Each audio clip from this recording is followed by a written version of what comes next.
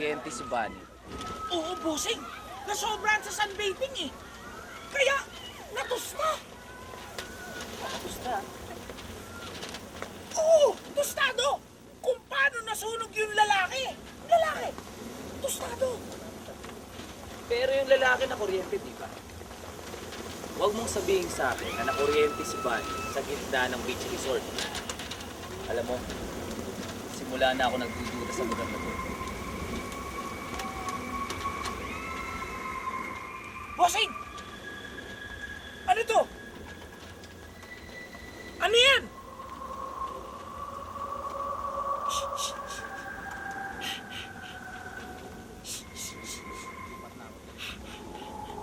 Bossing, oh!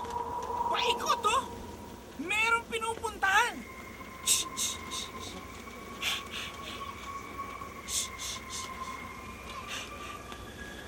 Bossing! Bossing! Bossing! Hoy! Anong ginagawa mo? Ha? Siguro may kinalaman ka sa pagkakamatay ni Bunny, no? At siguro kasabwat ka rin doon sa lalaki na sunog! Hindi ko alam ang sinasabi niyo. Hindi mo alam ang sinasabi mo? Ha? Anong ginagawa mo dyan sa likod ng puno, ha? Ano? Eh, hindi ko pwedeng sabihin. Hindi mo pwedeng sabihin o ayaw mo na sabihin! Pag hindi ka nagtapat ngayon, tatawag ako ng pulis, bossing! Tatawag ako ng pulis! Sige na, sabihin mo na sa amin anong ginagawa mo dyan sa likod ng puno. Mikoy, ayaw talagang magsalita. Oh, Tumawag ka ng mga pulis. yes, bossing! Ay, Jumijingan! Oo! Jumijingan ako sa likod ng puno! Ano? Masaya na kayo? Ha? Yan! Pwede mo na nga sabihin na maayos para hindi na tayo nagkakagulo. Oh, kaya issue. Next. May paniki, bossing. Hindi ba? Ano ka ba, May? Habi ko naman sa'yo, huwag mong itanim dyan sa kukote mo na malas ang mga lalaki. Mali yun! Ha?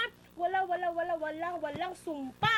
Ay, nako. At saka yung matandang lumapit sa'yo, yung bubwit na matandang yung gumagawa niya lang yung mga sinasabi niya sa'yo, linawin mo yung pag-iisip mo. At saka isa pa, tingnan mo ako, nachichismis ako, na matakaw daw ako, pero hindi naman totoo yun. Totoo yun. Oo nga naman, Tita Petula. Ano nga namang proof nila na matakaw ka? Correct! Di ba? Ano ka Tama ka ba? dyan. Eh kung talagang wala kang sumpa, bakit lahat naman ng nagiging boyfriend ko na-aksidente? Hindi na natin maiiwasan yung mga bagay na ganyan. Pag aksidente, yun na yun eh. Hindi na natin mapipigilan yun. Ano ba? Forever ka na lang bang lungkot-lungkutan? Hello! Ako, naandun si Jeremy. Dead na dead sa'yo. Go! Pwede ba? Wag natin pag-usapan si Jeremy dito kasi manloloko naman yun eh. Pero mo engaged na pala siya. Gusto niya pa ako i-date? Kapal ng mukha, grabe. Hi, May. Pumunta lang ako dito para magpaalam sa'yo. Hindi na matutuloy yung Bikini Open kasi doon sa masamang nangyari kay Bunny. Actually, magpapaalam lang talaga ako sa'yo kako bumalik dito. Wala lang. Sige, Condolence nga pala sa girlfriend mo.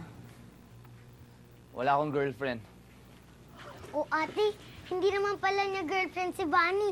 Eh di, wag mo na lang palisin, nabulin mo na. Eh sabi niya, aalis na daw siya eh. Hello! Obvious ba? Nagpapatigil yun, sister. Kaya gumawa ka na. Dali, sundan mo Sayang nga. naman si Kuya Talaga? Jeremy. Oo, sige Sige na. na. Gumawa ka, dali, go! Please. Tatian ba?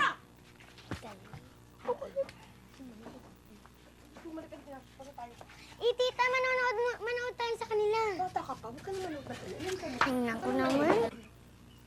Alam mo kung ako lang masusunod eh, hindi pa ako babalik ng Maynila. Talaga? Talaga.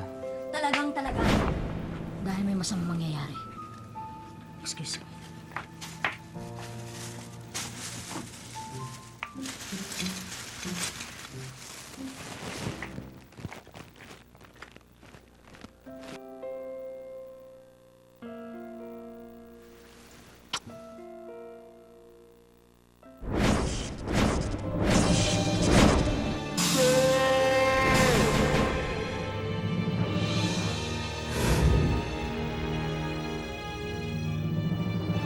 Kakatens, ha? Marunong magsalita ang Shokoy? At mega emote? At ang mas kakal Nakakaloka! Kakaibang love team ito! Sino kaya ang pipiliin ni May? Si Jeremy o ang Shokoy? Hello? Obvious ba? Kung ako yon, yung Shokoy of course! At least, gagawin niya akong reyna ng karagatan!